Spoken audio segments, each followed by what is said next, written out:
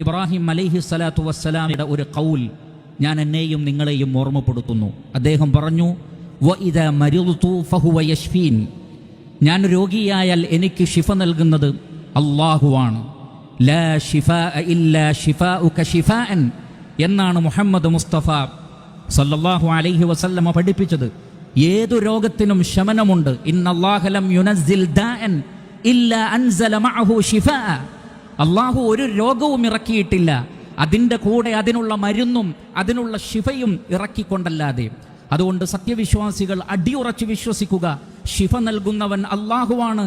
ഏത് രോഗത്തിനും ശമനമുണ്ട്.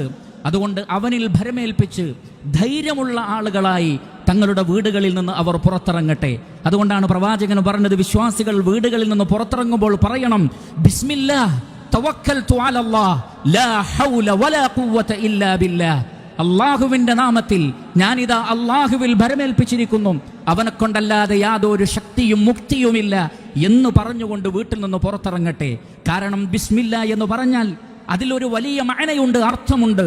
ബിസ്മില്ലാഹില്ലദീ ലാ യദുറു മഅസ്മിഹി ശൈഉൻ ഫിൽ അർളി വലാ ഫിസ് സമാ വഹുവസ് സമീഉൽ അലീം. അള്ളാഹുവിൻ്റെ നാമത്തിൻ്റെ കൂടെ ആകാശങ്ങളിലോ ഭൂമിയിലോ ഉള്ള ഒന്നും തന്നെ യാതൊരു ഉപദ്രവവും വരുത്തുകയില്ല. എല്ലാം കേൾക്കുന്നവനും അറിയുന്നവനുമാണ് അള്ളാഹു. അതുകൊണ്ട് അള്ളാഹുവിൻ്റെ നാമം ഓരോ ചലനങ്ങളിലും ഉച്ചരിക്കുക. വൈകുന്നേരവും രാവിലെയും ഈ ഒരു ദിക്ർ 3 തവണ ചൊല്ലിയാൽ തീർച്ചയായും പരീക്ഷണങ്ങളിൽ നിന്ന് അയാളെ അള്ളാഹു സംരക്ഷിക്കുമെന്ന് റസൂലുള്ളാഹി സ്വല്ലല്ലാഹു അലൈഹി വസല്ലമ പഠിപ്പിച്ചിട്ടുണ്ട്. അതുകൊണ്ട് ബിസ്മില്ലാ എന്ന ആ ഒരു മഹത്തായ കലിമത്തിനെ ജീവിതത്തിലുടനീളം കാത്തു സൂക്ഷിക്കുക. അതോടൊപ്പം അള്ളാഹുവിൻ്റെ ഖദറുകളിൽ ഏറ്റവും ഖൈറായ ഖദറിനെ തിരഞ്ഞെടുക്കേണ്ടതുണ്ട്. പ്രവാചകന്റെ അടുക്കൽ വന്നുകൊണ്ട് ഒരു സ്വഹാബി ചോദിച്ചു, അള്ളാഹുവിൻ്റെ റസൂലെ, ഞാൻ എൻ്റെ ഒട്ടകത്തെ കെട്ടിക്കൊണ്ടാണോ തവക്കൽ ചെയ്യേണ്ടത്, അതല്ല അഴിച്ചുവിട്ടിട്ടാണോ തവക്കൽ ചെയ്യേണ്ടത്? പ്രവാചകൻ പറഞ്ഞു, അഖിൽഹാ വതവക്കൽ, ഒട്ടകത്തെ ആദ്യം കെട്ടണം നീ, എന്നിട്ട് അള്ളാഹുവിൽ ഭരമേൽപ്പിക്കണം എന്ന് പറഞ്ഞാൽ ഖൈറായ ഖദറിനെ തിരഞ്ഞെടുത്തിട്ട് വേണം അള്ളാഹുവിൽ ഭരമേൽപ്പിക്കുവാൻ. അതുകൊണ്ടാണ് മഹാനായ ഉമർ ഇബ്നുൽ ഖത്താബ് റളിയല്ലാഹു അൻഹു ഷാമിൽ പ്ലേഗ് പിടിപെട്ടു എന്ന് പറഞ്ഞപ്പോൾ അദ്ദേഹം യാത്ര അവസാനിപ്പിച്ചു തിരിച്ചു മദീനയിലേക്ക് വരാൻ തീരുമാനിച്ചു. താങ്കൾ അള്ളാഹുവിന്റെ ഖദറിൽ നിന്ന് രക്ഷപ്പെടാൻ ശ്രമിക്കുകയാണോ എന്ന് ചോദിച്ചപ്പോൾ അദ്ദേഹം പറഞ്ഞത്, നഅം, അതെ, നഫിറു മിൻ ഖദരില്ലാ ഇലാ ഖദരില്ലാ, അള്ളാഹുവിന്റെ ഒരു ഖദറിൽ നിന്ന് മറ്റൊരു ഖദറിനെയാണ് ഞാൻ തിരഞ്ഞെടുക്കുന്നത്. അദ്ദേഹം ഉദാഹരണം പറഞ്ഞു, നിങ്ങൾ ഒട്ടകത്തെ മേയ്ക്കാൻ വേണ്ടി ശ്രമിക്കുമ്പോൾ പുല്ലുള്ള മൈതാനമാണോ തിരഞ്ഞെടുക്കുക, ഉണങ്ങിയ മൈതാനമാണോ തിരഞ്ഞെടുക്കുക?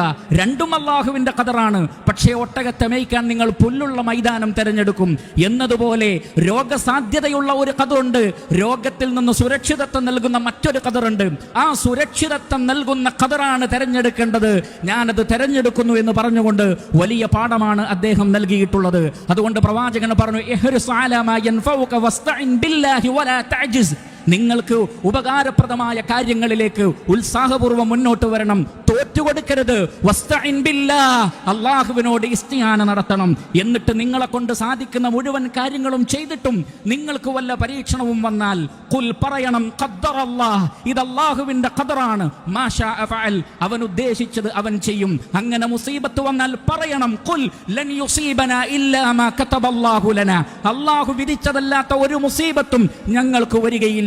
എന്നിട്ട് പറയണം, അല്ലദീന ഇദാ അസാബതുഹും മുസീബ ഖാലു ഇന്നാ ലില്ലാഹി വ ഇന്നാ ഇലൈഹി റാജിഊൻ, ഞങ്ങളൊക്കെ അല്ലാഹുവിലേക്കുള്ളതാണ്, അവനിലേക്ക് മടങ്ങി പോവേണ്ടവർ തന്നെയാണ്, ഇവിടെ സ്ഥിരവാസം ആർക്കുമില്ല.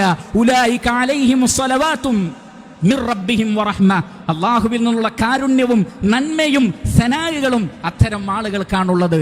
അതുകൊണ്ട് ക്ഷമാലുക്കളായി പരീക്ഷണങ്ങൾ നേരിടുക, അള്ളാഹുവിന്റെ ഖൈറായ ഖദറിനെ തിരഞ്ഞെടുക്കുക. സല്ലല്ലാഹു അലൈഹി വസല്ലമ പറഞ്ഞു, ഇന്ന ദുആ യൻഫഉ മിമ്മാ നസല വമിമ്മാ ലം യൻസിൽ ഫഅലൈക്കും ബിദ്ദുആഇ ഇബാദല്ലാഹ്, തീർച്ചയായും ദുആ, പ്രാർത്ഥന ഇറങ്ങിയ പരീക്ഷണങ്ങൾക്കും ഇനി വരാനിരിക്കുന്ന പരീക്ഷണങ്ങൾക്കും ഉപകാരപ്പെടും. അതുകൊണ്ട് അള്ളാഹുവിന്റെ അടിമകളെ, ദുആ ചെയ്യൂ, അള്ളാഹുവിനോട് പ്രാർത്ഥിക്കൂ. അമ്മൻ യുജീബുൽ മുദ്തറ ഇദാ ദഅാഹു വയക്ഷിഫുസ് സൂ, വിഷമസന്ധിയിൽ അകപ്പെടുന്നവന് വിളിച്ചു പ്രാർത്ഥിക്കുമ്പോൾ അവന്റെ പ്രാർത്ഥനക്കുത്തരം നൽകാൻ അല്ലാഹു അല്ലാതെ വേറെ ആരാണുള്ളത്? അതുകൊണ്ട് അല്ലാഹുവിനോട് മാത്രം പ്രാർത്ഥിക്കുക. അല്ലാഹു അല്ലാത്തവരോട് പ്രാർത്ഥിച്ചുകൊണ്ടും ശിർക്കൻ പ്രവർത്തനങ്ങളിൽ ഏർപ്പെട്ടുകൊണ്ടുമല്ല നാം പരീക്ഷണങ്ങളെ തടയാൻ ശ്രമിക്കേണ്ടത്. മറിച്ച് ഏകനായ അല്ലാഹുവിൽ ഭരമേൽപ്പിച്ച് അവനോട് മാത്രം പ്രാർത്ഥിച്ചാൽ തീർച്ചയായും അവൻ പ്രാർത്ഥനക്കുത്തരം നൽകുന്നവനാണ്. അതുകൊണ്ട് നമുക്കെല്ലാവർക്കും സർവശക്തനായ അല്ലാഹു സുബ്ഹാനഹു വ തആലയോട് പ്രാർത്ഥിക്കാം.